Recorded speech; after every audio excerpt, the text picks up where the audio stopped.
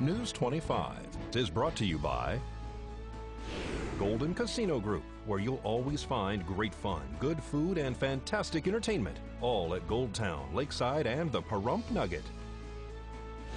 News is also brought to you by J.K. Nelson Law. Call 727-9900 today for your free consultation. If you need a lawyer, you need Nelson.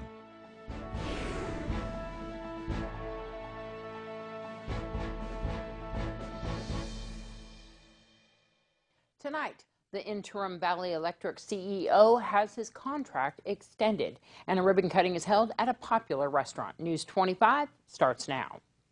You're watching KPVM News 25 with Deanna O'Donnell. News 25. Local coverage you can count on. And Valley Electric Association decides to keep things status quo for now. It's Friday, June 7th. I'm Deanna O'Donnell. The Valley Electric Board decided not to take action of the current CEO of the electrical co-op. Instead, the interim CEO, Richard Peck, has had his contract extended. The investigation into the embezzlement allegations continues for Angela Evans. So you have been extended for 4 months, and there was no action taken on Angela Evans. Can you expand on that? Well, yes, I appreciate that. Thank you for that question and everything. The board and Angela are in current communications with each other, and the decisions will be reached here in the next 30 days. But I am not involved in those negotiations, and again, going forward, there will be a change, and I don't know when, but definitely these are issues that I must deal with looking forward for a new CEO going forward. So you may not have Angela Evans back? And that's the question between Angela and the board. I can't discuss that with you, Deanna. Well, Mark Johnson has just purchased the grill he has had named after him and worked at for the last 17 years. Today, a ribbon cutting was held at the home of Mark's Grill in the Nevada Treasure RV Resort. Cut your ribbon!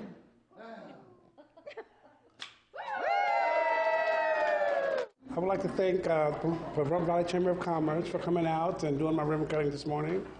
Phenomenal experience. I've been here 17 years and took ownership over February 4th of this year. So it's been an amazing journey, and I look forward to working with the Chamber and doing great events and great catering and great things. We have a full catering facility, banquet hall, and I do weddings, anniversaries, quinceañeras, the works. Wow. On Monday nights, we have meatloaf special. Tuesday nights, Taco Tuesday. It's packed. Yeah. Wednesday nights, we have rib special. Thursday night is our kielbasa special. And Fresh Friday is always a phenomenal thing. Yeah. We have specials every night. Saturday night, we do a pasta dinner. And Sunday, it's Soul Food Sunday. Mark's Grill in the bowling alley is open to the public.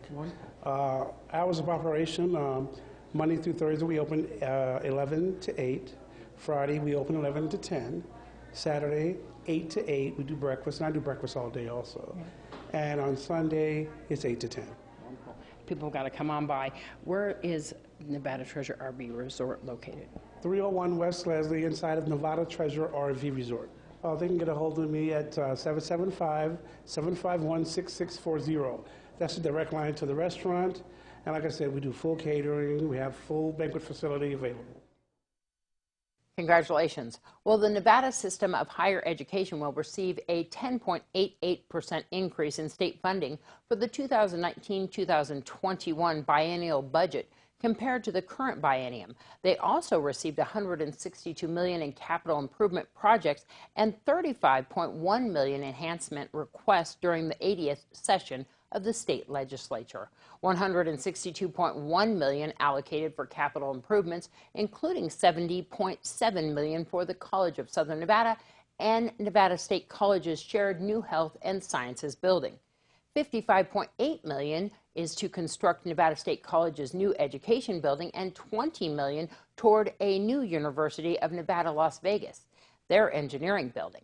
The budget also added $15 million for deferred maintenance projects $458,000 for Great Basin College welding lab expansion, and $105,000 for Western Nevada College Marlette Hall refurbishment.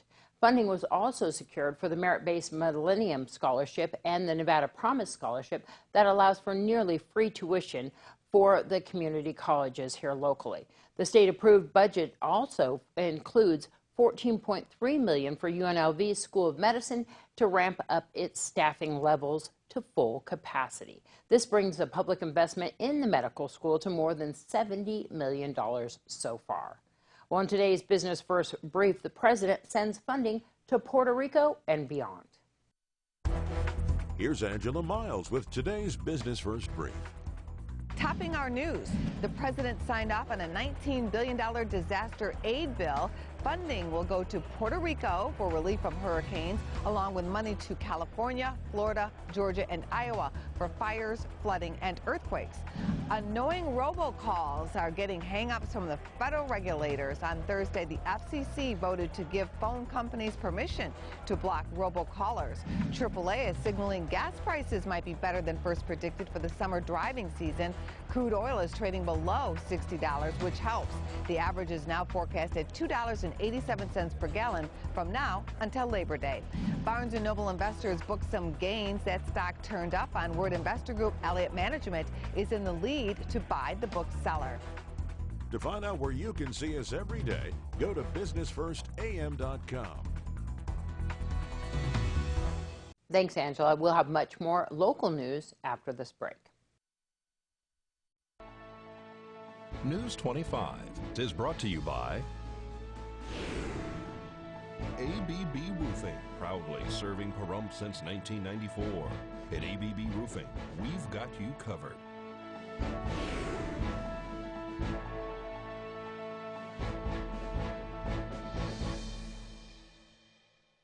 Welcome back.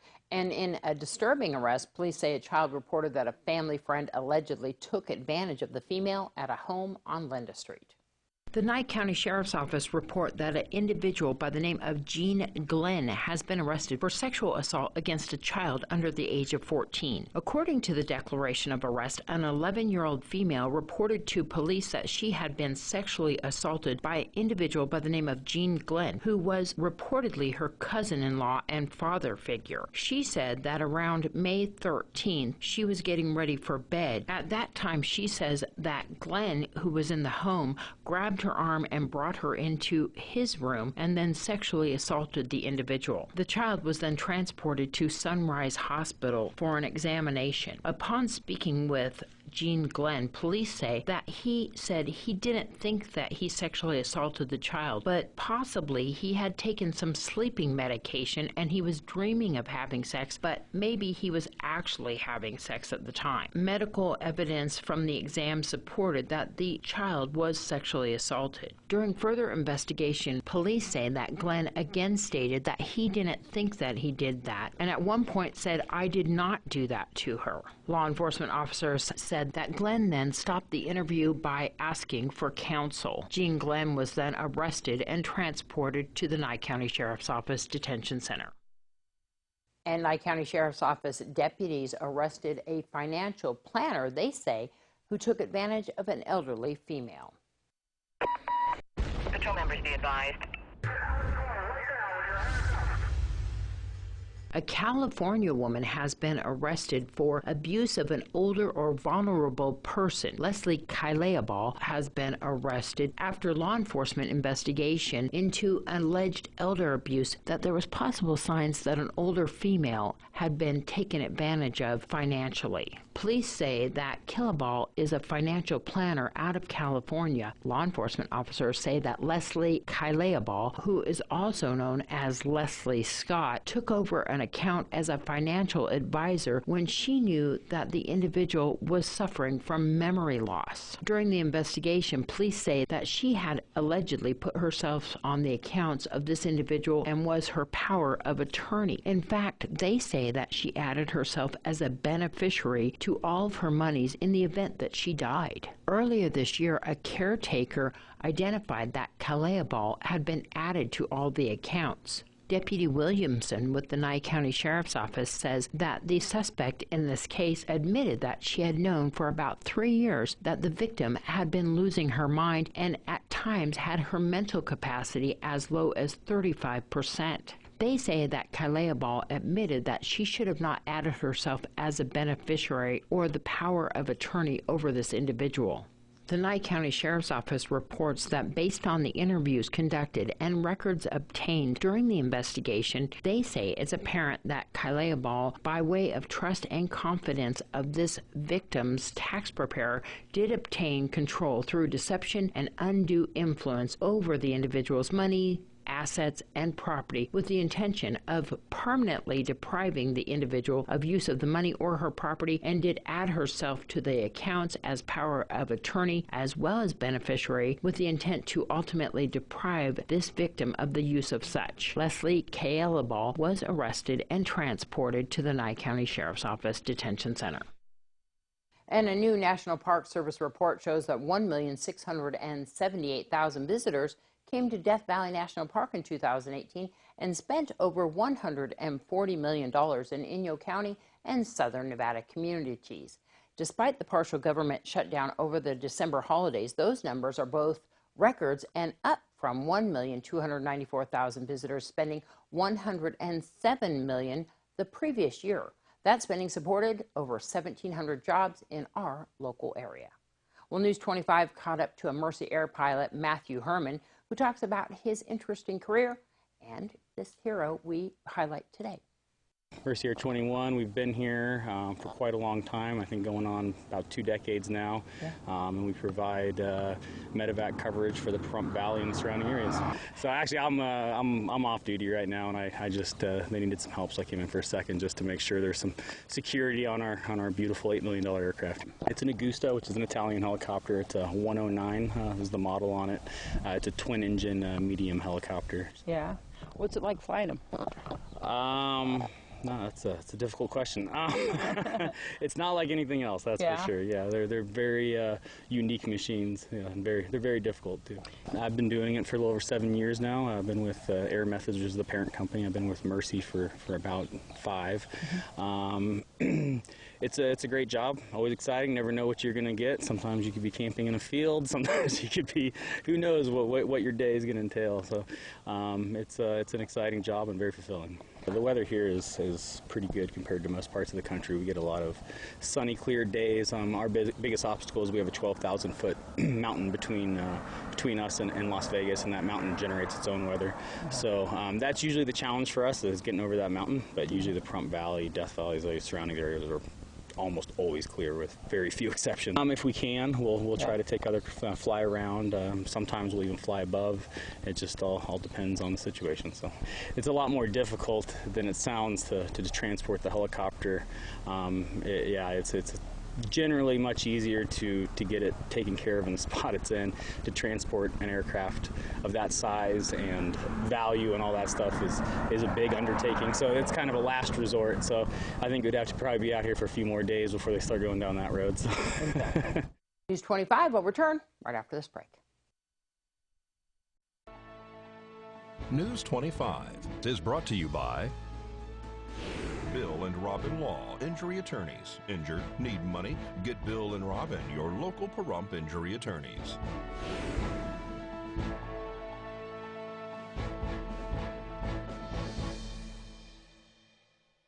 Representatives from the Southern Nye County Conservation District spoke to commissioners recently about a noxious weed and the effort to have it eradicated. On the May 21st Board of County Commissioners meeting, John Pollock and Donna Lamb of the Southern Nye County Conservation District gave a presentation regarding educational weed identification and removal via slideshow. They spoke of how they promote this via media and annual activities for youth. All right, some of the promotion we do to public media, we're on Community Viewpoint with ongoing segments on topics such as water quality and air quality, tamarisk removal, ISDS, proper care and maintenance and maintenance. Donna, what's ISDS? It's the septic systems. All right, thank you. Conservation, I knew what it was, I just want to Can't remember exactly. Conservation, education, field trips, and environmental events such as Earth Day and Arbor Day. And conservation educational field trips, which Donna's been a big part of through the years, range camp grants, scholarships for college conservation classes, and Earth Day demonstrations. They spoke of their partnerships with groups such as Amargosa Conservancy, Ash Meadows National Wildlife Refuge, the Bureau of Land Management, and more. They've done educational field trips for the Nye County School District with transportation funded by the Nye County Water District. These included trips to Ash Meadows and Round Mountain Gold, and even giving presentations in class at Rosemary Clark Middle School with Amargosa Conservancy. One of their main focuses is the removal of tamarisk or tamarix, which is also known as a salt cedar. We've done a great job with up there. They have almost all been eradicated, and we're just in a portion of maintaining what we have there because they have a tendency to come back. So we've got a real good hold on it in Beatty. Mm-hmm. Bombos Pond used to be completely covered with it, and that's been gone for a couple years now. Yes. As a result of these efforts. Currently, they are funded by the Nevada State Conservation Commission, Nye County Water District for transportation, grants from the Bureau of Land Management, and they are hoping for Nye County BOCC stipend. Thanks, RJ. Well, a major star wants to change the public's perception of a certain type of cancer. That and more in today's Entertainment Report. Actress Marcia Cross is discussing her cancer diagnosis. Cross is hoping to end the shame surrounding rectal cancer. This star has been battling the disease for the past year and says HPV is the cause. Human papillomavirus now has a vaccine for males and females and is recommended to be given in their early teens. It's sad to say that more than 1 in 5 adults has cancer-causing HPV. The 57-year-old says that the doctors found the cancer during a routine digital exam at her gynecologist. She says that she had no symptoms. She says that the stigmatism of this type of cancer has to stop. Her husband, Tom Mahoney, was diagnosed with throat cancer in 2009. Doctors now suspect that Cross's cancer and Mahoney's came from the same type of human papillomavirus known as HPV. HPV can be transferred through sexual intercourse or skin-to-skin contact and can also cause cancer of the cervix and genitals. Country singer and songwriter Granger Smith's 3-year-old son has died following a tragic accident. Both Smith and his wife Amber Smith shared the devastating news on social media. The couple says their youngest son, River Kelly Smith, died in a drowning accident today. Smith says his wife Amber and himself made the decision to say their last goodbyes and donate his organs so that other children will be given a second chance at life. Smith sings the country hits Happens Like That, City Boy Stuck, and If the Boot Fits. The family is asking that in lieu of flowers or gifts, donations be sent to Dell Children's Medical. Christina Aguilera is performing her show, Christina Aguilera, The Experience, on the Las Vegas Strip. The recording superstar and voice coach kicked off the start of her headlining residency. Aguilera's multi-sensory experience headlines at Planet Hollywood, June, September, and October. Reporting for News 25, I'm Maria Guerra, and this is your Entertainment This Week. Thanks, Maria. Well, current Miss Pahrump Romy Carry-On is heading up a pet supply drive tomorrow at our local Walmart. I'm going to be collecting donations for animal shelters across town. We're looking for many things because a lot of the shelters are in need of supplies, and I just want to help them out. And you're doing this under your title as Miss Pahrump, right? Yes, I am. This is for my community platform. Coming up, I'll be at a golf tournament that'll be raising money for the local animal shelters.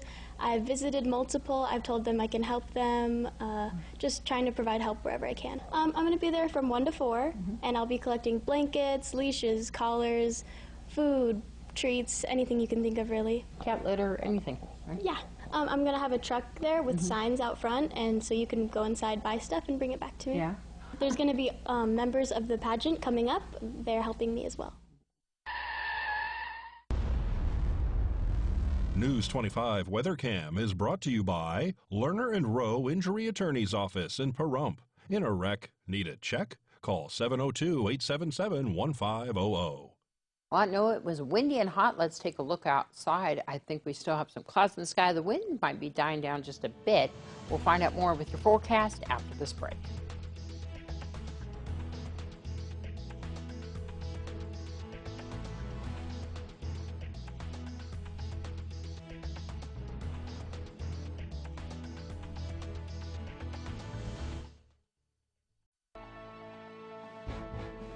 News 25 weather is brought to you by Dairy Council of Nevada. The splash of cream in your coffee, the dollop of sour cream on your burrito, the melted toasty cheese on your pizza. Undeniably delicious, undeniably dairy. Enjoy what's real.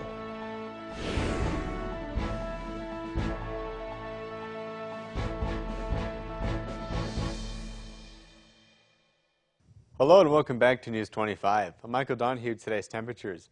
In Las Vegas, we had a high of 98 degrees and a low of 72. Death Valley doing a little bit better than they were yesterday at their high of 107 and a low of 77. 96.65 in Amargosa, 90.61 in Beatty, 81.46 in Goldfield, 77.43 in Tonopah. Carson City, a high of 69, a low of 39. Fernley and Fallon both with a low of 40 degrees, a high of 68 in Fernley, and a high of 73 in Fallon.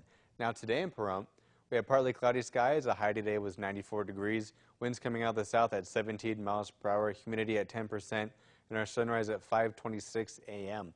Now tonight, it's currently 92 degrees outside with clear skies. Winds coming out of the southeast at 8 miles per hour. Humidity at 22%. And our sunset at 7:59 p.m. Now looking ahead to our 7-day, we do have some clouds scattered about throughout the week.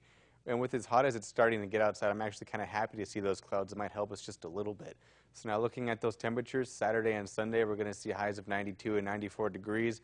On Monday, we're going to shoot up to a high of 99 degrees. And then Tuesday and Wednesday are going to be at 102. Next Thursday and Friday, we're going to drop down just a little bit to 98 and 96. For overnights, Saturday and Sunday, we're going to be at 66 and 68 degrees for a low. And then Monday through Friday, we're just going to hang out around those mid to low 70s, just between 70 and 74 degrees. So now if you can't make it home in time to catch the news live on TV, make sure to check out our Facebook page. You can catch the news live every night at 5, even when you're on the go. So now we're going to throw it back to the desk with Deanna. I'm Deanna O'Donnell. Have a great weekend. We'll see you back here Monday.